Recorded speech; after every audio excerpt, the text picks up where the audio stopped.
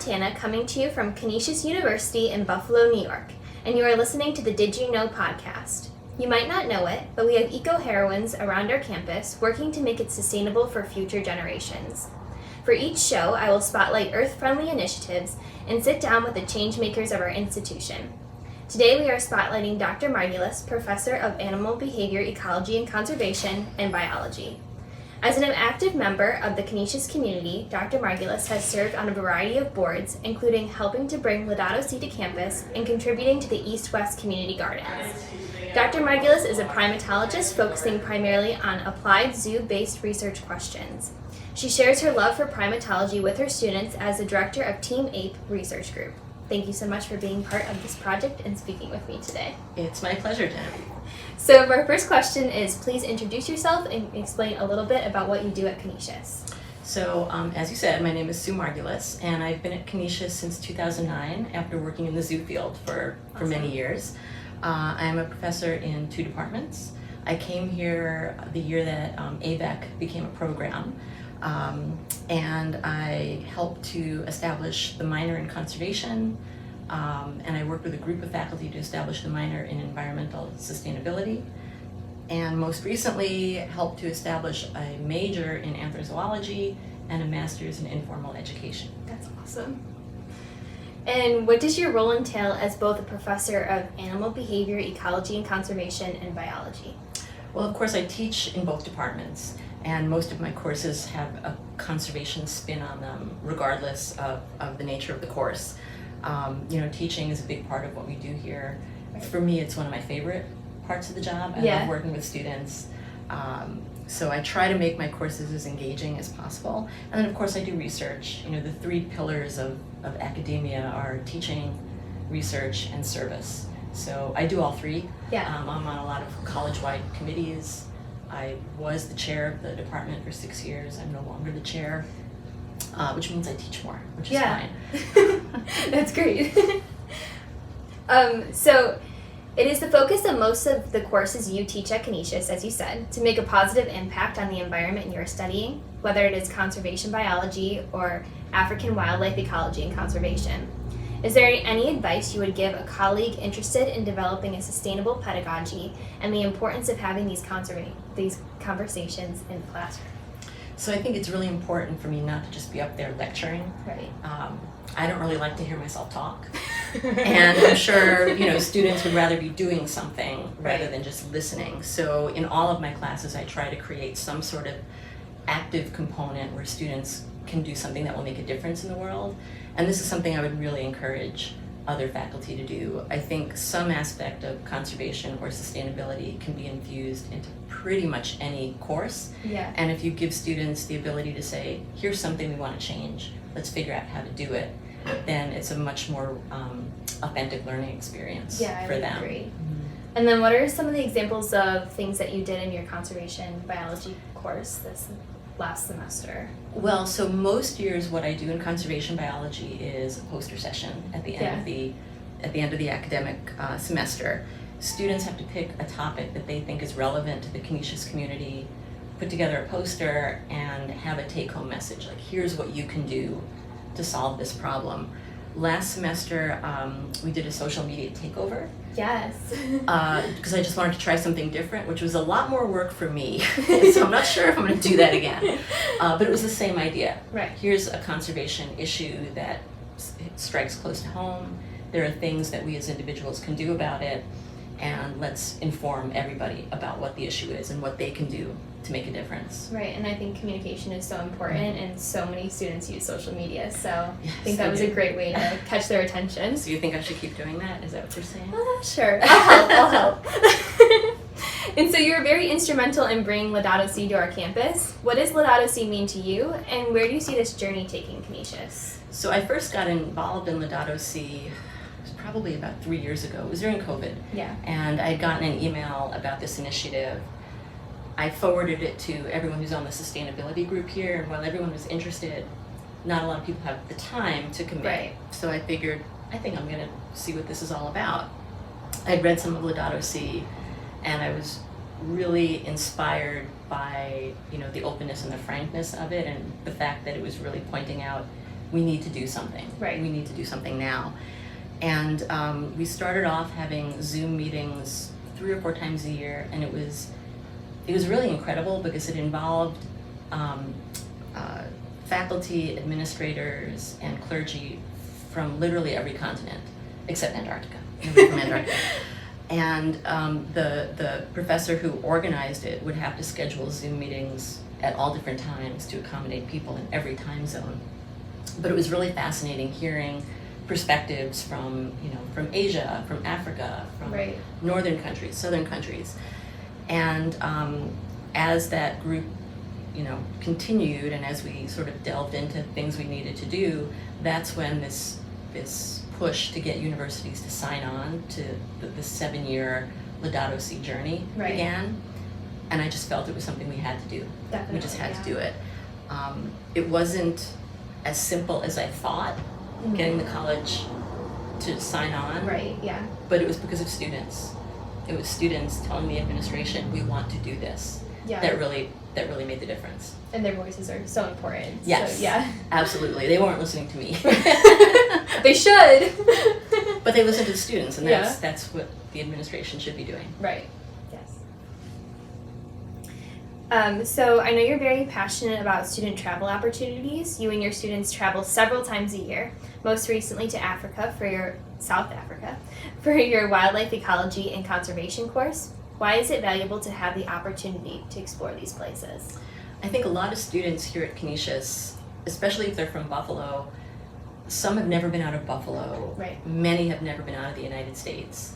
And you have a very biased view of what the world is like, how conservation impacts people in different parts of the world. So it's an excellent opportunity to really explore, what are the conservation issues if you live in a really remote area. So for example, there's no recycling in South Africa, at least not in the rural areas, Wow. because there's no way to get it from where you are to where it would be Yeah. recycled. People litter all the time, and if you ask somebody about it, they'll say, well, we're creating jobs for the people who collect the litter. If we didn't do that, they wouldn't have jobs. And Wow. unemployment is about 40 to 50%. Yeah. So it's a really different perspective.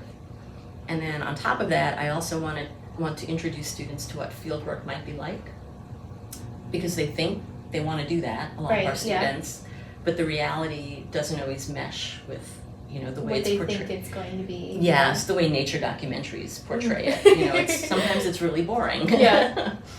Well, that's awesome. And that's so interesting to think of creating those jobs for Mhm. those people. And then do you think that because there are those jobs, do you think they recycle properly? Or as we talk about here, there's so many different recycling that just gets thrown out in the garbage. I think the main push there is to just use less. Yeah. So if you're not using single-use plastic, if you're not using aluminum cans, there's nothing to recycle. Right, yeah. So I think that's more of the push, because again, in really remote areas, there's just no way to do it. Like there's no Right. such thing as trash pickup Yeah, or recycling pickup. You have to bring your trash to a dump. right. And there are likely to be people there who are sorting through it to pick out anything that has any value that maybe they can bring somewhere. Wow, very interesting. So through your travels, how have you and your students seen sustainability implemented in other cultures differently than in the U.S.? Like the recycling you were talking about? Yeah, like recycling and littering.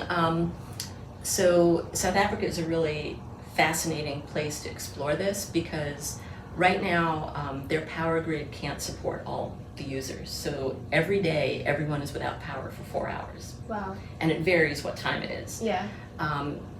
It's called load shedding. Oh, okay. And we didn't position ourselves to see it, but there was an overlook where we were staying, and my friend said, if we go there when load shedding starts, you'll just see everything go black. Wow, okay. It was at midnight, so we're like, yeah, no, Yeah. we're not going to do that. So they are so ahead of the curve with solar. The sites that we stayed at were fully solar, and yeah, you probably couldn't run, an electric dryer, but we had electricity 24/7. Yeah. We had hot water 24/7, all from solar. And everyone I know there, they either have solar or they have backup generators because Yeah. of the load shedding. That's amazing, yeah. So why should a student who cares about the environment come to Canisius? Well, I think that's a great question. Obviously, Canisius is a wonderful school, and I think, the faculty here, we really care about our students. That's sort of our number one job. Right. We have ABEC, right, Animal Behavior Ecology and It's the Conservation. best program. You won't get an argument from me. Yeah. We have, environmental science. Mhm. We have environmental studies. We have minors in environmental sustainability and conservation. And I think we have our sustainability initiatives on campus. Right. And a lot of opportunities for students to get involved. We have the community garden.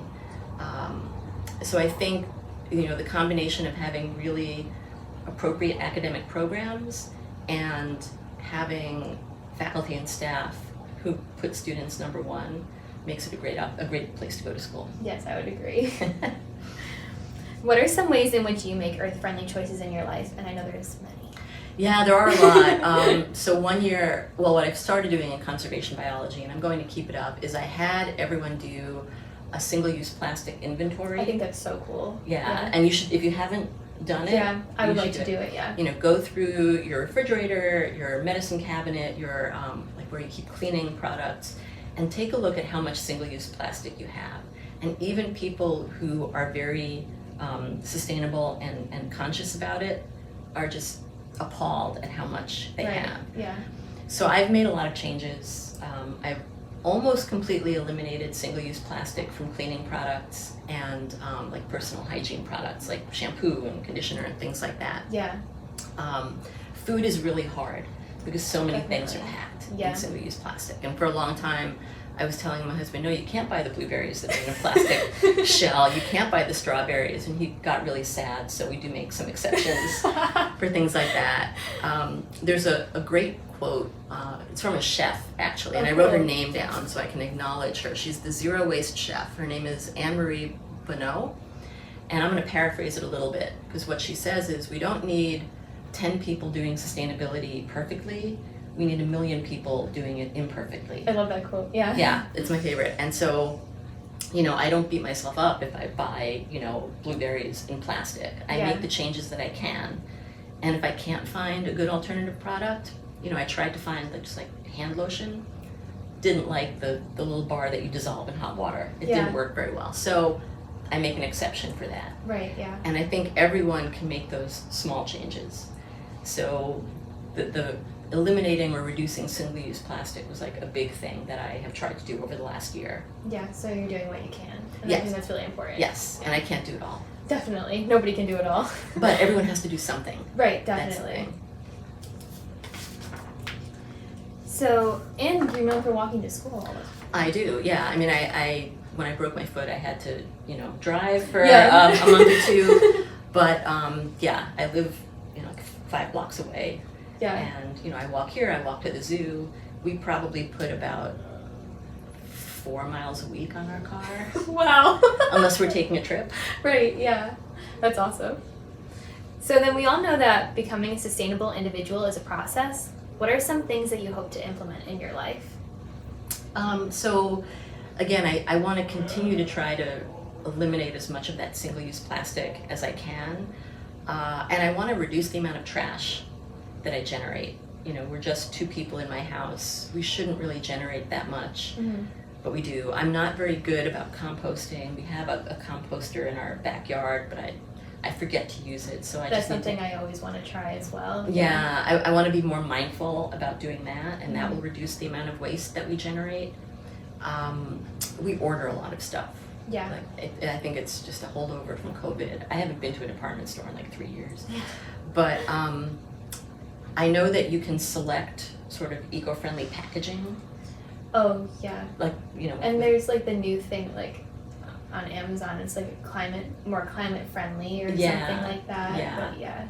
And I just have to remember to do that. Right. Sometimes it costs a little bit more, and that's okay. Like I can afford to do that. Mm-hmm. And I think it's important to also be as politically active as possible, because that's the biggest way we can make a difference, is to elect officials who think about conservation and sustainability. Yeah, So, for example, in conservation biology, I give the same extra credit question on every exam. It's okay if I share it because I'm probably going to phase out exams anyway, which is who are your senators and who is your representative? Oh, cool. And most students have no idea. Yeah. It's important to know that. And also local. Like there was a primary yesterday. There was, yeah. I had no idea whether there were any elections in my district. But we were driving past. Okay, we were in the car. We were driving You're 4 past. miles. You're 4 miles. Yes. We were driving past, and I saw that our polling place was open. So I'm like, well, let's just stop in and see if there was anything. And there wasn't. It was just, I think, the conservative primary. Yeah. So nobody was coming in. No, It's Buffalo.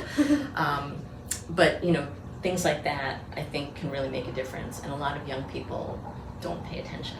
Right. Hopefully you vote. Yes, I do. I always get excited when I see people who talk about sustainability and environmental things, which is so sad because a lot of people don't talk about it. Right. So. Or they get hung up on one particular issue without looking at all of the issues that are important. And it's so important for future generations and everything. So what are some ways Canisius can help you make these changes? So we've had this sustainability group active for, 5 or 6 years. And different people at different times have kind of taken a leadership role. But none of us are really allocated the time to do that. And we're not really, it doesn't play into, how we are evaluated as faculty. I would love to see Canisius create a position of Director of Sustainability or Coordinator of Sustainability. I would too. Yeah. Yes, because we need somebody to take charge. Right. And to really make things happen.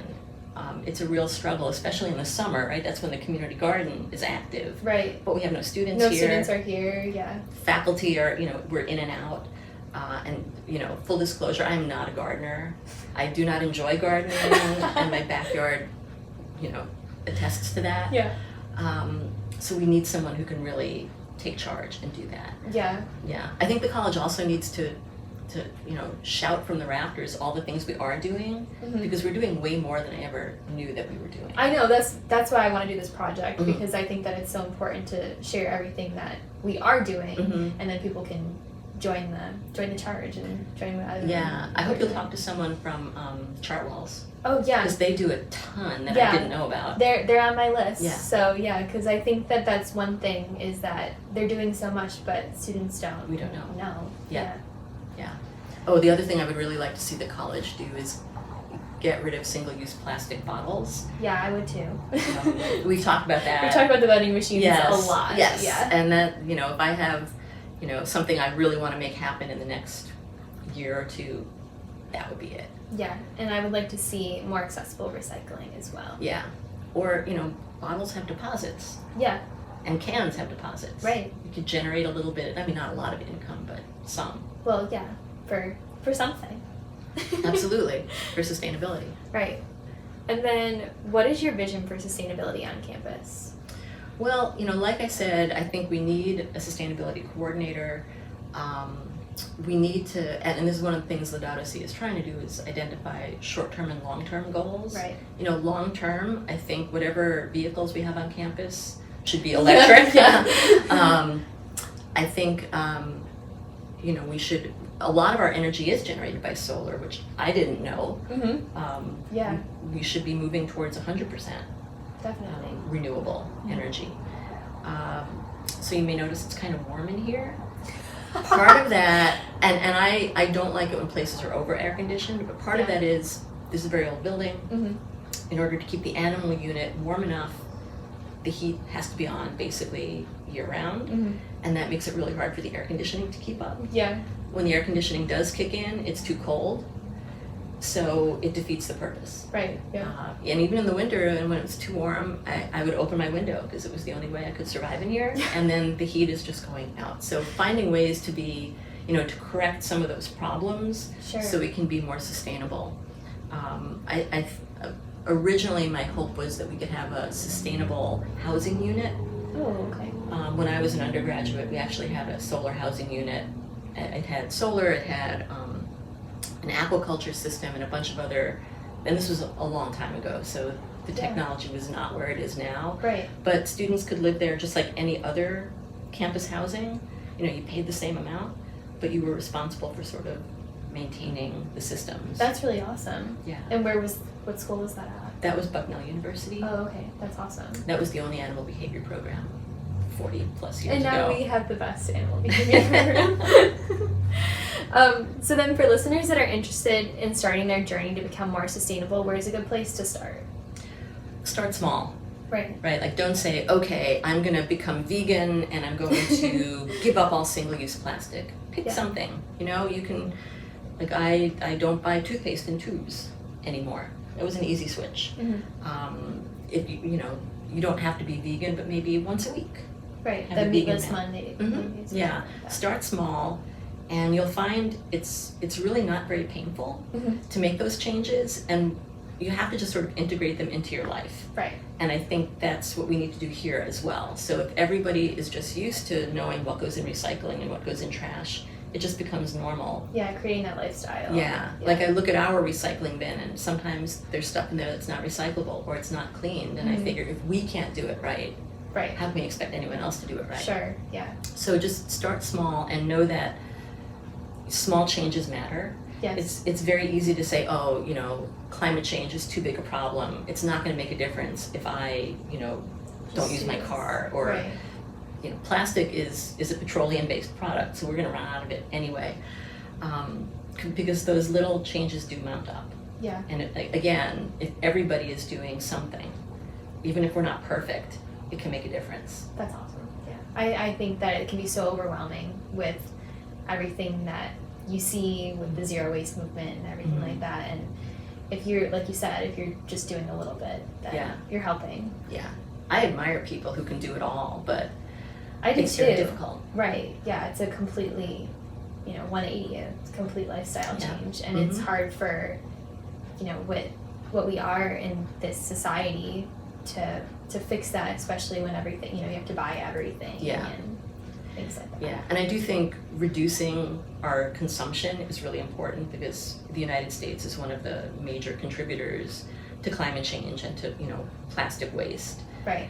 Because we use a lot of stuff. And even things that are considered single use can be reused. Right. I mean, I wash out all my plastic bags until they just disintegrate. Yeah. Things like that. So using less, I think, is something we all need to focus on. Right. Is there anything that you would like to add? No, I thank you for doing this Thank and for you highlighting for speaking with me today. highlighting a lot of things that are happening on campus that I think will really have positive impacts. Well, thank you for speaking with me. I really appreciate it. My pleasure.